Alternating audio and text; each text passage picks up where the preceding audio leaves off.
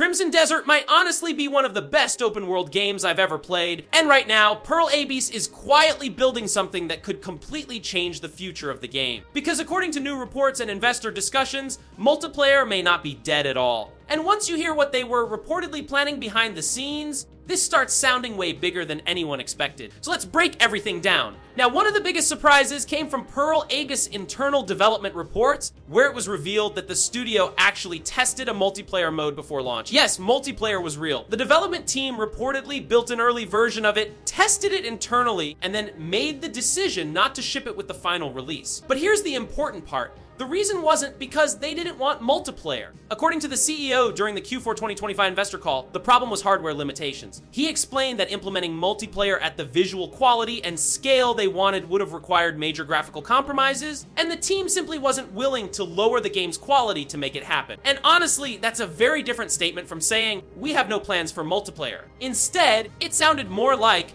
come back when the technology is ready. That's a massive difference, because it means the idea is still alive internally. And things got even more interesting during that same investor meeting. The CEO didn't close the door on multiplayer for the future at all. In fact, he specifically stated that the studio would evaluate player reception after launch and then decide how to move forward with future content and expansions. Now, this is where things become really important. According to multiple insider discussions and reports between late 2025 and early 2026, Pearl Abyss reportedly had an internal benchmark tied to post-launch expansion plans. That benchmark was 3 million copies sold within the first week, and Crimson Desert absolutely crushed that number. The game reportedly hit 3 million copies in just 4 days. That is huge, because numbers like that completely change how publishers view long-term support. Suddenly, massive expansions, online systems, and bigger content investments become financially realistic. And based on the leaks, the studio apparently wasn't thinking about a simple co-op mode either. This wasn't just gonna be invite your friend and explore together. What they were reportedly exploring internally sounded much closer in spirit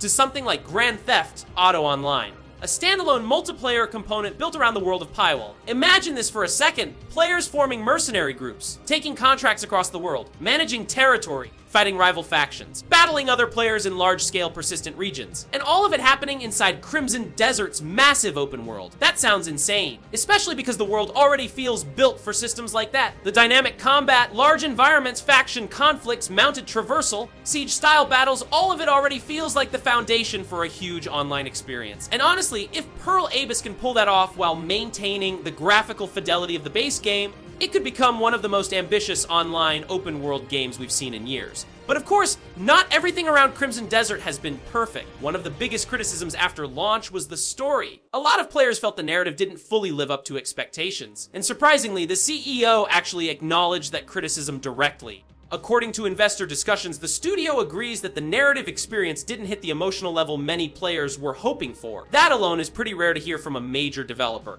because most studios usually avoid directly addressing story criticism publicly. Now, because of that, many fans believe the upcoming post-launch updates will focus heavily on improving narrative content, expanding character arcs, and possibly even adding new story-driven expansions to strengthen the overall experience. And honestly, that would make sense, because the foundation of Crimson Desert is already incredibly strong. The combat is fantastic, the world design is amazing, the scale is massive. So if Pearl Abyss can improve the storytelling while eventually introducing a fully realized multiplayer experience, Crimson Desert could evolve into something much bigger than just a single-player RPG. It could become an entire long-term platform. But for now, we'll have to wait and see what Pearl Abyss decides to do next. Because based on everything we're hearing, the studio is clearly paying close attention to player feedback and market performance before making their next major move. And if multiplayer eventually happens, it sounds like they want to do it at a level that truly feels next generation. But anyway, let me know your thoughts in the comments below. Would you actually want a multiplayer mode in Crimson Desert? And if they do make one, should it be full co-op or something bigger like a persistent online world? Subscribe for more gaming news and updates. Thanks for watching, and I'll see you in the next one.